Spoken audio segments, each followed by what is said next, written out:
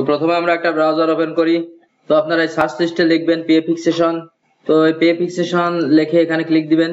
তো চলে আসে যে integrated budget and accounting system, এখানে ক্লিক দিবেন। তো এখানে ক্লিক দিয়ে একটু নিচে আসলে আপনারা যে পরবর্তী ধাপে যাবেন এবং এই ফর্মটি ভালোভাবে পড়ে নেবেন এবং এটাও ভালোভাবে পড়ে নিয়ে এখানে চেক মার্ক দিয়ে পরবর্তী ধাপে যাবেন। তো যে আপনারা এখানে যে ইনক্রিমেন্টে যাবেন আর যাদের উচ্চতর গ্রেড প্রাথমিক বিদ্যালয় সহকারী শিক্ষকে নেবেন তাদের এই স্কেলে করবেন। আর আমি যেহেতু ইনক্রিমেন্টটি করতে চাচ্ছি তো শুধু ইনক্রিমেন্টে ক্লিক দিই। তো এখানে এটা ভালো করে পড়ে নিয়ে আপনারা হাতে ক্লিক দিবেন।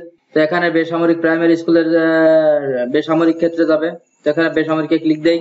তো এখানে আপনি ন্যাশনাল আইডি অবশ্যই এখানে আপনি ই সিস্টেমে যে ন্যাশনাল আইডি টি ব্যবহার করছেন সেই এনআইডি কার্ডটি এখানে দিবেন।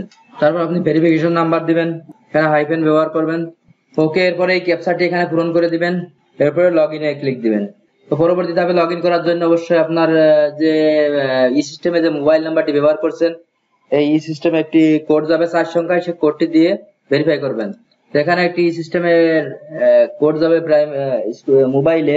তো এখানে চলে আসছে আমাদের কোডটি 4 সংখ্যা একটি মোবাইলে পিন কোড পাবেন, সেই কোডটি দিয়ে দেবেন, দিয়ে এখানে যে ভ্যালিডেটে ক্লিক দিবেন। ওকে, তো চলে আসছে। তো এখানে আপনারা এই অ্যারোতে ক্লিক দিয়ে সর্বশেষ যে ইনক্রিমেন্টের ডেটটা দিয়ে দিবেন যে 01/07/2021 পয়লা জুলাইয়ের এই ডেটটি সিলেক্ট করে দিয়ে গোতে ক্লিক দিয়ে দিবেন। তাহলে অত্র যে শিক্ষকের আপনি কাজটি করবেন সেই শিক্ষকের তথ্যটি আপনারা এখানে দেখতে পারবেন যে তার কততম গ্রেড, তার স্কেল কত এবং তিনি কোন পোস্টে চাকরি করেন, স্কুলের নামটি দেখা যাবে। তো এখান থেকে আপনারা এই তথ্যটি প্রিন্ট করতে পারবেন। এখানে যে প্রিন্ট অপশনে ক্লিক দিবেন, সেটা আপনারা এখানে এই যে প্রিন্টারটি সিলেক্ট করে এখানে প্রিন্ট দিতে পারবেন। আবার যদি আপনি এটা পিডিএফ ফরম্যাটে সেভ করতে চান তাহলে এখানে ক্লিক দিবেন, দিয়ে যে পিডিএফ ফরম্যাটে দিয়ে সেভ অপশনে ক্লিক দিবেন। তো সেভ অপশনে ক্লিক দিয়ে আমরা ডেস্কটপে এটা সেভ করে রাখি। ওকে, তো এটা সেভ করে রাখলাম। তো দেখে আসি এটা সেভ হলো কিনা।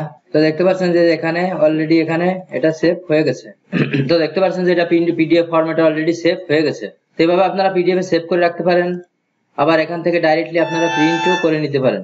তো এখান থেকে ডাইরেক্টলি আপনারা আবার প্রিন্ট অপশনে যে তো এখান থেকে আপনার প্রিন্টারটি সিলেক্ট করে এই প্রিন্ট করার সাথে সাথে আপনার প্রিন্টারটি যদি আপনার ল্যাপটপের সাথে সেটআপ থাকে তাহলে এটা প্রিন্ট হয়ে যাবে।